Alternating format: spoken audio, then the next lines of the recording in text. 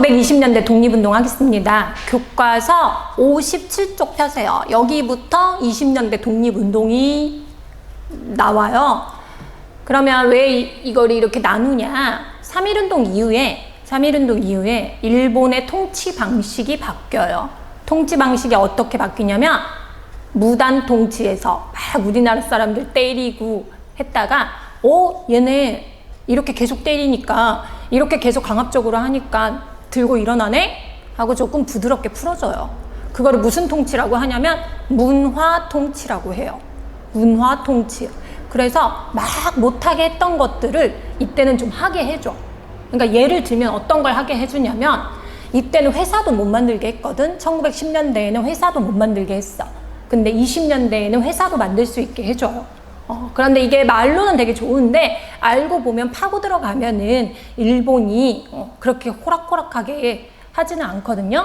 그 다음에 또 옛날에는 10명 이상 모일 수가 없어. 언론, 출판, 집회, 결사의 자유가 없었거든. 근데 이때는 야 언론 신문 만들어. 니네 나라도 신문 만들어.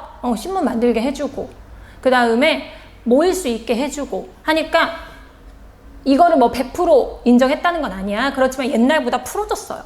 그러니까 이제 사람들이 20년대는 사람들이 좀 많이 모일 수 있었던 거야. 얘들아 사람들이 모이면 당연히 뭔가 움직임이 일어나죠.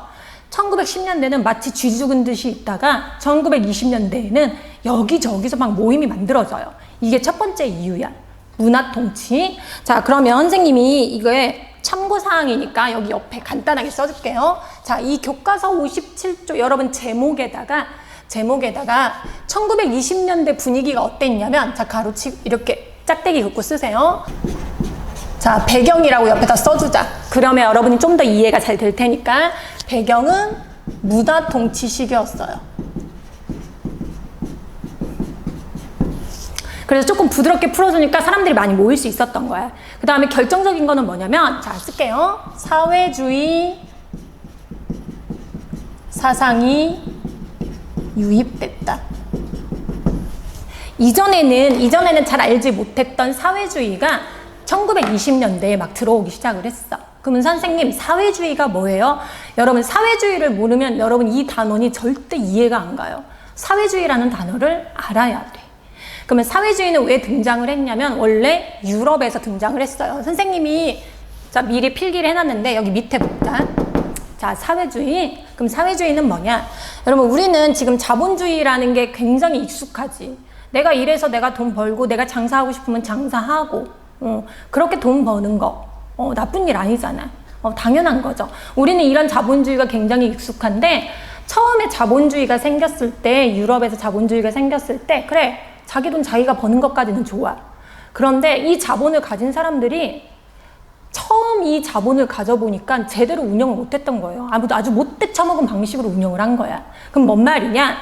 그러니까 하루에 일을 하는 시간을 정해놔야 될 거 아니야. 아무리 돈이 좋고 아무리 물건을 생산을 많이 하는 게 좋더라도 일을 하는 시간을 정해놓고 그리고 노동자들의 처우도 개선을 해줘야 되고 노동자들 힘들지 않게 해줘야 되죠. 근데 처음에는 이런 걸 운영을 안 해봐가지고 막 노동자들 하루에 24시간 중에 막 15시간, 18시간 막 이렇게 일하게 하고 어린 애들한테도 노동을 시키고 막 이랬던 거야. 그러면 어떤 일이 발생을 하냐면 자본을 가진 사람이 있잖아. 사장님들은 계속 잘 살아. 왜? 물건 잘 팔고. 이거 선생님이 칠판에다가 하면서 할게. 자, 나는 자본가야. 자, 얘들아 이게 달러. 나 돈 되게 많아. 자, 나는 자본가야. 얘는 계속 성장을 하는 거야. 왜? 당연하지. 하루에 18시간 얘들아 물건을 생산해봐. 이거를 밖에다 팔아봐. 얼마나 돈을 많이 벌겠어. 그런데 이 밑에서 있는 얘들아 노동자는 이 밑에 있는 노동자는 계속 일을 해야 되고 하루에 16시간 이렇게 일을 해야 되고 어린 애기들 여러분 중학생보다 여러분보다 더 어린 애들까지도 일을 했었어요. 그럼 얘들아 평균 수명이 엄청 짧았대 옛날에. 얘네들이 너무나 일을 많이 해가지고, 그리고 힘들고, 그리고 지금처럼 공기 정화되는 게 제대로 없어가지고 그때 먹은 매연 때문에 폐 질환으로 굉장히 빨리 죽었다고 해요. 그럼 이게 뭔 말이냐? 자본가들은 계속 돈을 많이 벌지만 얘네들은 계속 가난해지고 계속 18시간 일하고 아주 힘들어지는 거죠. 그래서 결국은 어떻게 변하냐면 이렇게 힘든 노동자들, 이렇게 농민들이 이렇게 더 이상 살 수가 없잖아. 그리고 이런 사회는 좋은 사회가 아니잖아. 이런 사회에서 어떻게 살아? 이 사람들이 혁명을 일으킨대. 그래서 노동자 농민들이 야, 못 살겠다. 어떻게 해야 돼? 자본가 얘네들 어떻게 해야 돼? 야, 네가 와서 일해봐. 야, 이 자식아 하면서 자, 얘네들을 없애려고 하는 거죠. 그래서 자본가들을 없애고 이 자본가들이 가진 그 돈을 진짜 막 죽인다 이런 말이 아니라, 자, 이런 사회를 해체시켜서, 이런 자본주의 시스템을 해체시켜서 우리가 모두가 이 많은 돈을 한 사람이 갖지 말고, 자, 가난한 노동자 1, 가난한 노동자 2, 가난한 농민 3, 이 사람들이 이렇게 나눠 갖자, 공평하게 나눠 갖자 하는 게 사회주의. 그리고 여러분, 니네들이 요즘에는 어떻게 잘 알고 있냐면 공산주의 시스템이에요. 여러분, 이해가 잘 안 가지. 왜 공산주의 시스템? 선생님, 그거는 지금 누가 공산주의 해요? 공산주의 하는 나라 요새는 별로 없잖아요. 그러니까 요새는 여러분, 공산주의 시스템이 실패한 정책이라고도 하는데, 이때 당시에는 사람들한테 유일한 희망이었어요. 유일한 희망. 왜 희망? 쟤는 계속 잘 살고 나는 계속 아프고 가난해지는데 어떤 사람이 와가지고 야, 이 사회는 잘못된 사회야. 우리가 이걸 고쳐야 돼. 우리가 투쟁하고 우리가 파업하고 우리가 항의하면은 고쳐질 수 있어 라고 하면 귀가 솔깃하지 않겠어? 그래서 이 사람들이 여러분 사회를 바꾸려고 혁명을 일으켜요. 그 한 사람이 갖고 있던 그 돈을, 자, 그 생산 수단을 여러 명한테 나눠줄 수 있게 이렇게 혁명을 일으켜요. 근데 이게 책에서만 머문 게 아니었어. 근데 책 속에 있는 얘기가 아니라 실제 실행이 됐어요. 실제 이런 일이 일어났어. 그러면 이 일이 일어난 나라가 어디냐면 여러분 다 알고 있을 거예요. 러시아, 지금의 러시아. 옛날에는 소련이라고 했거든. 거기에 볼셰비키 혁명이라고 일어났어. 1920년대 바로 되기 직전에. 그러니까 소련이라는 아주 잘 살고 크고 거대한 나라가 이런 사회주의 혁명이 일어난 거야. 그러니까 많은 외국에 있는 사람들이 아, 저게 가능하구나. 자본가 혼자 잘 사는 사회가 아니라 여러 명이 같이 평등하게 공평하게 살 수 있는 사회가 가능하구나. 사람들이 그때부터 생각을 하게 됐던 거예요. 그리고 이게 어디로 번져? 중국에도 번지고 이제 우리나라까지 들어온 거죠. 그래서 우리나라에서 여러분 학생들이 특히 공부를 많이 하는 학생들은, 공부를 많이 하고 외국에 한 번쯤은 갔다 온 학생들은 이 얘기를 들었을 거 아니야. 내가 만약에 책도 안 읽고 외부에 관심이 없었다면 몰랐을 텐데 똑똑한 학생들이 이 사실에 대해서 알게 된 거예요. 어머, 그렇게 매력적인 사회가 있어? 어머, 매력 있는데? 이렇게 생각을 했던 거지. 그래서 우리나라에 사회주의가 들어오게 된 거예요. 그래서 두 가지 방향으로 독립운동을 해요. 두 가지 방향으로. 원래 했던 대로 하는 사람들을 우리가 뭐라고 부르냐면 민족주의라고 불러요. 민족주의. 왜? 우리 민족이 소중하니까. 우리 민족을 위해서 독립운동 해야 되니까. 이해가지? 민족이란 단어. 그 다음에 이 사회주의 사상을 공부한 사람들. 매력적인데? 우리 공평하게 잘 살아야 되는데? 그래, 어차피 독립운동 할 거, 우리 나중에 일본한테 독립할 거 아니야? 그럼 독립하면 우리도 이런 좋은 사회에 살자 하는 사람들이 이렇게 사회주의 운동을 하는 거예요. 그래서 이 두 가지 방향을 여러분이 동시에 알아야 돼. 쉽지 않아요, 이 부분이. 왜냐하면은 다른 막 3.1운동처럼 그냥 만세 시위를 했구나 이 정도면 좋은데 여기는 사회주의 사상을 이해를 해야 되거든. 쉽지 않지만 그래도 중요한 부분이니까 여러분 공부합시다. 그럼 선생님이 지금 색깔이 다르게 썼어요. 위에는 파란색, 밑에는 빨간색으로 썼어. 그럼 여러분들도 이렇게 나눠서 쓰세요. 색깔은 꼭 이 색깔일 필요는 없어. 이 색깔일 필요는 없지만 두 개를 나눠서 쓰라는 거야. 색깔을 다르게. 그러면 민족주의부터 할게요. 자, 원래부터 독립운동 했던 사람들은 뭐라고 얘기하냐면 우리 민족 소중하니까 우리 민족 얼른 독립하자. 자, 그러려면 지금 일본은 너무 세. 우리도 실력을 키우자. 우리도 실력을 키워서 우리도 얼른 커가지고 얘네들한테 독립하자. 그래서 실력을 키운다. 자, 쓸게요. 실력. 내 실력을 키운다는 거야. 양성 운동. 실력 양성 운동. 그럼 여러분 생각해 보세요. 두 가지로 나뉘어요. 두 가지로 나뉘어. 뭔 말이냐? 두 가지로. 자, 내 실력을 키워야 돼. 그러면 내 실력 키우려면 얘들아 일단 뭐 해야 돼? 여러분도 마찬가지야. 너네 실력 키우기 위해서는 중3이면 갑자기 실력이 커져? 아니지. 공부해야겠죠. 그래서 이 사람들은 여러분 교육시키자. 자, 하나가 교육. 자, 쓸게요. 여기다 교육. 자, 교육시키자. 또 하나가 그러면 교육시켰어. 그러면 네 실력을 키워야 돼. 여기서 말하는 실력은 뭐냐면 일본한테 대항하기 위해서 뭐 무기를 사던 국방력을 튼튼히 하던 산업을 키우던 돈을 많이 벌건 이런 것들을 말하는 거야. 그럼 여러분 잘 생각해봐. 무기 사야 돼. 군인 키워야 돼. 그러면 뭐가 필요해? 그렇지. 돈이 필요하지.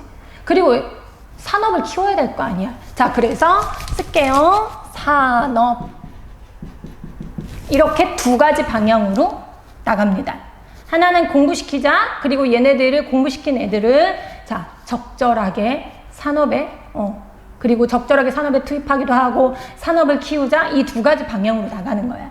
그래서 크게 벌어졌던 운동이 뭐냐면 자, 첫 번째 이거부터 할게요.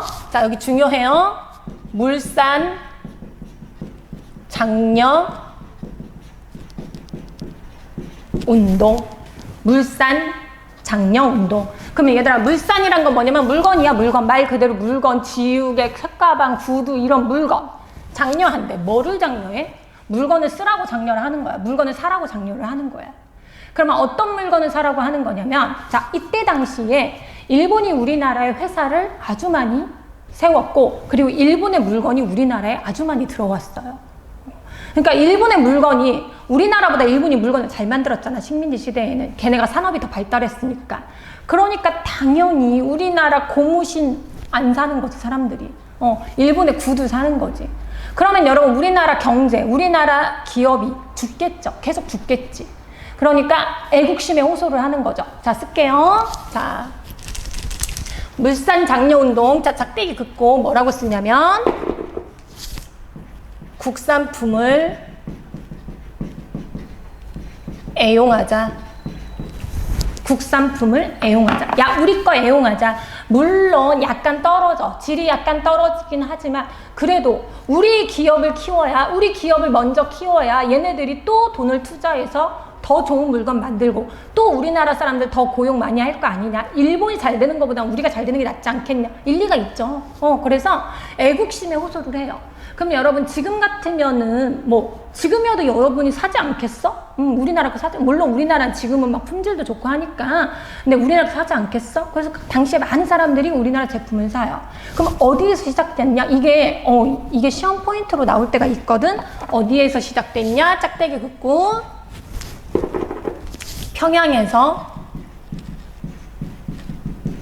시작돼요. 평양에서 시작돼.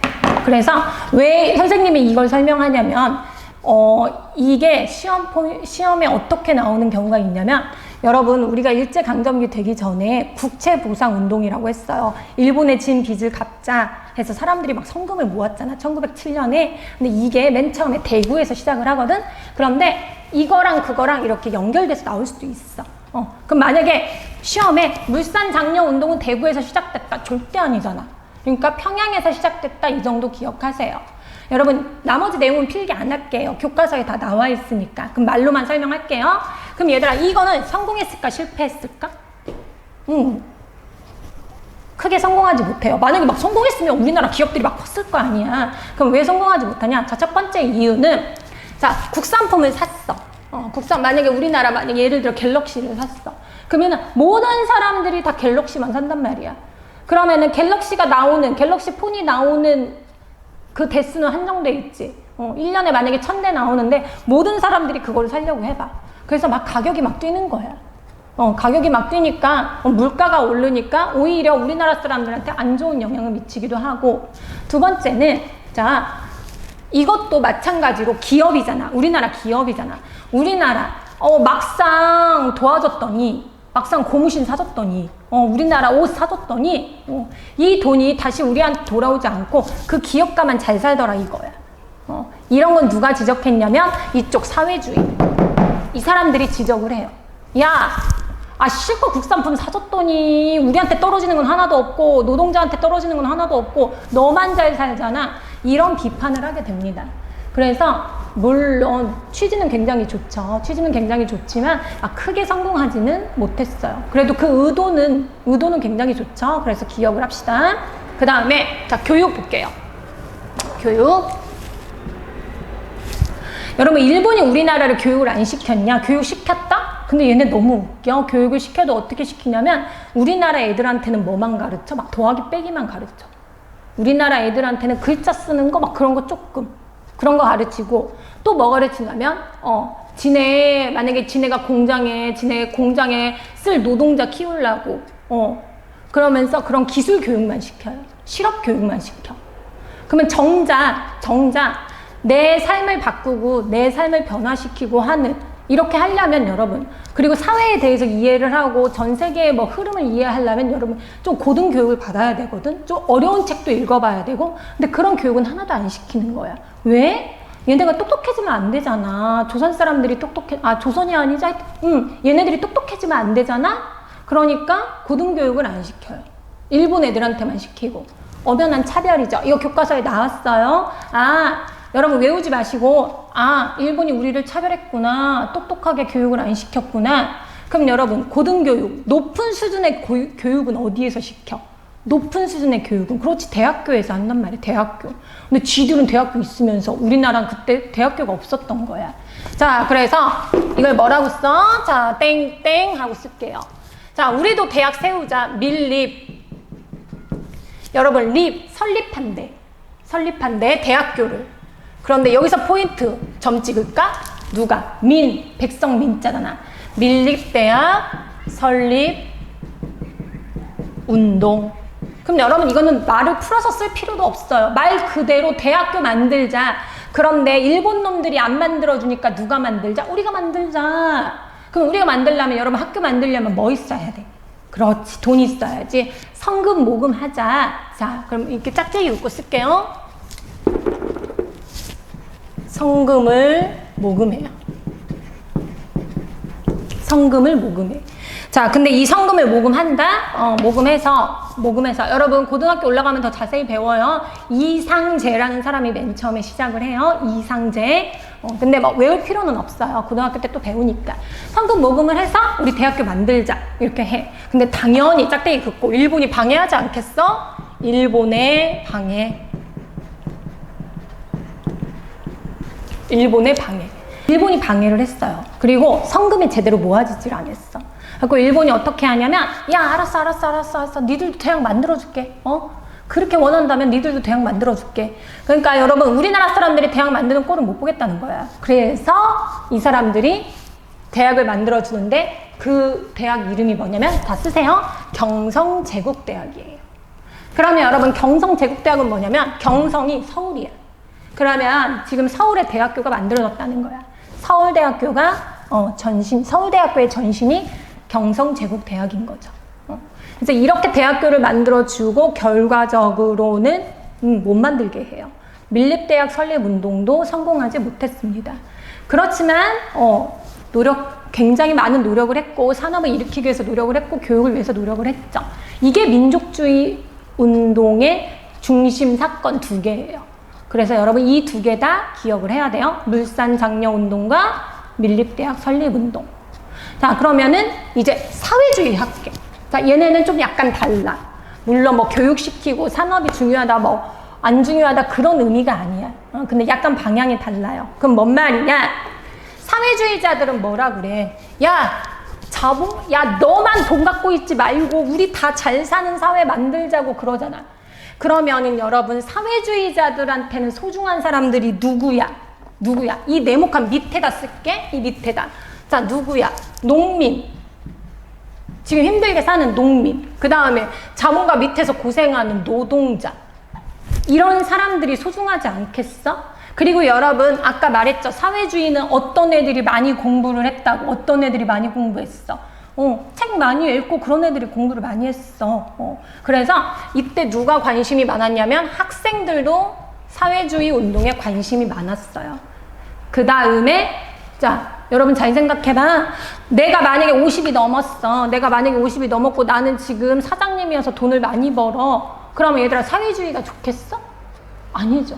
난 지금 돈이 없고 지금 가난하지만 난 지금 돈이 없고 가난한 사람들한테 이게 더 매력적이지 않겠어? 그리고 젊은 사람들한테. 그래서 청년들이 단체를 만들어요.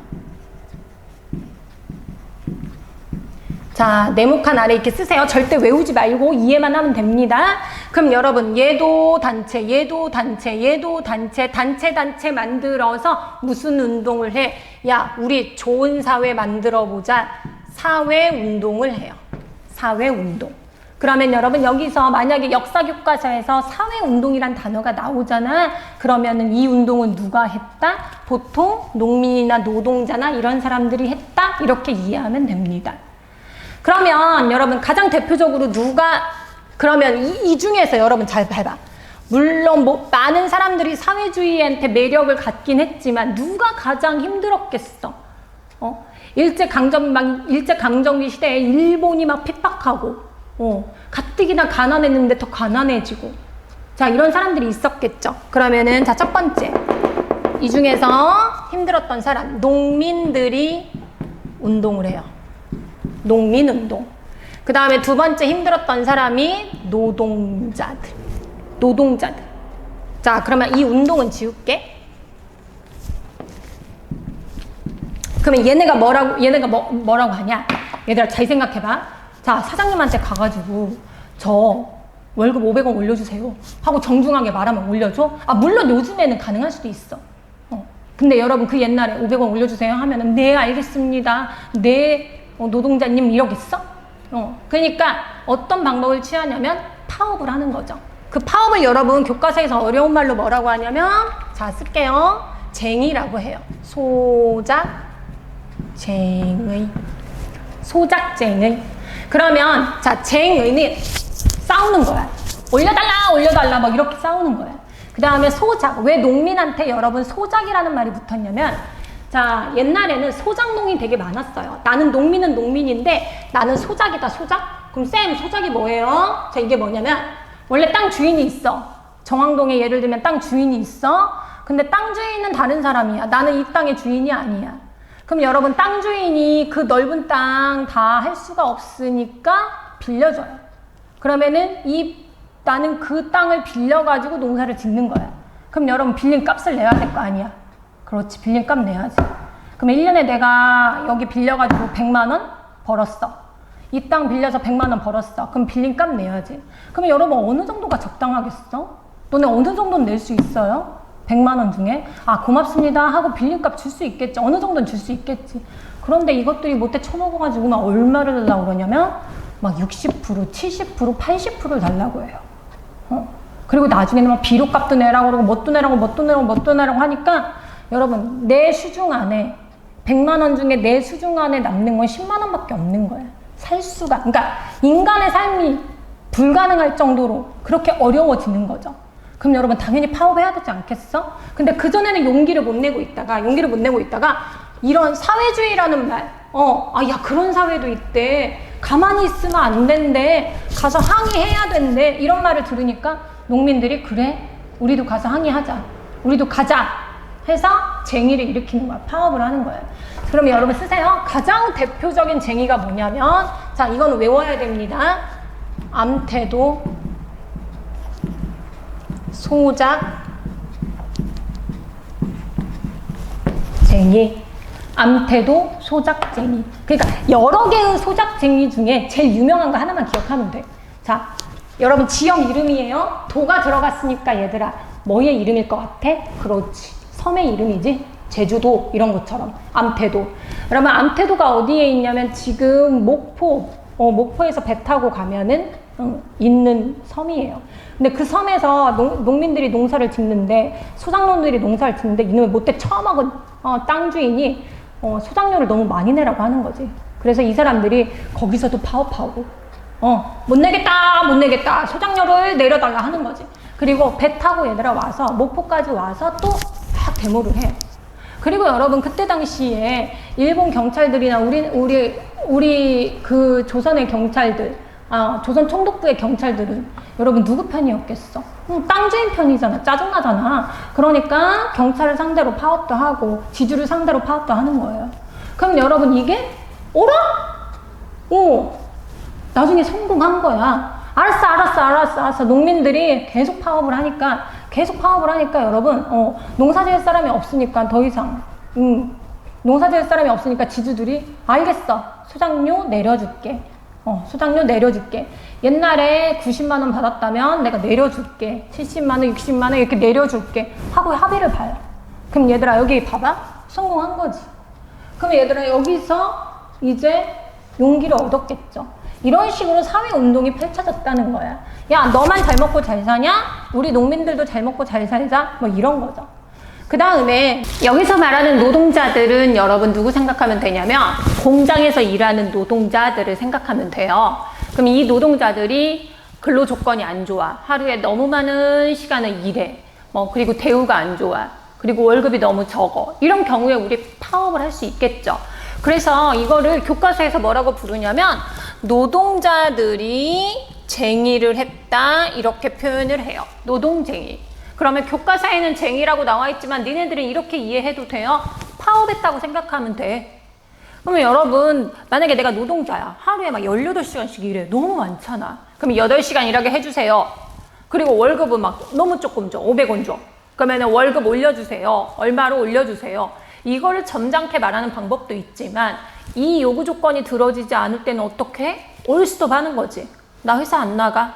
그러면 나만 안 나가면 실업자지만 전부 다 회사를 안 나가. 그럼 회사를 아예 멈춰. 이런 식으로 여러분 파업을 하는 거예요. 이걸 노동쟁의라고 그래. 그러면 일제강점기 때 가장 큰 파업의 이름이 뭐냐면 여러분 딱 하나만 알면 돼요. 딱 하나만. 자, 짝대기 긋고 쓸게요. 원산 총파업. 그러면 지역 이름은 뭐다? 원산이다. 파업했다. 아주 크게. 여러분 이렇게 이해하면 됩니다. 그럼 원산은 어디냐면 여러분 현재 지금 북한 땅이에요. 이게 이렇게 한반도가 이렇게 있다고 하자. 그럼 얘들아 이쯤에 있어. 여기 북한 땅에 있는 이 원산, 그러니까 지금 현재 북한에 있으니까 우리가 익숙하지 않은 도시인데 여기가 일제강점기 때는 뭘로 유명했냐면 중화학공업으로 유명했어요. 그러니까 중화학공업이라는 거 막 예를 들면 뭐 철강을 만든다거나 아니면 뭐 석유를 생산한다거나 그러니까 석유를 정제한다거나 이런 걸 중화학공업이라고 하는데 여기에서 되게 큰 석유 회사가 하나 있었어. 근데 원래는 이 회사를 영국 사람이 만들었어요. 근데 실질적으로 감독하는 건 누구냐면 전부 다 일본 사람이 감독을 했단 말이야. 우리나라 노동자들은, 한국 노동자들은 굉장히 많은 시간을 일하고 그리고 돈을 되게 쬐끔 받았어요. 근데 여기다 더해서 이 회사의 감독관이 어떻게 했냐면 우리나라 사람을 때린 거야. 그러면 돈 조금 줘, 일 많이 해, 때리기까지 해. 가만히 있으면 안 되죠? 그래서 파업을 시작했어. 그래서 요구 조건을 들어달라 하면서 파업을 했단 말이야. 근데 얘네들이 요구 조건을 안 들어줘. 요구 조건 안 들어주고 막 일본 당신의 일제강점기니까 막 일본 사람들이 그 지도부 그러니까 파업을 주동한 사람들 있잖아. 그 사람들을 막 다 잡아가고. 그러니까 제대로 된 요구 조건을 들어주지 않으니까 파업이 계속 장기화되는 거예요.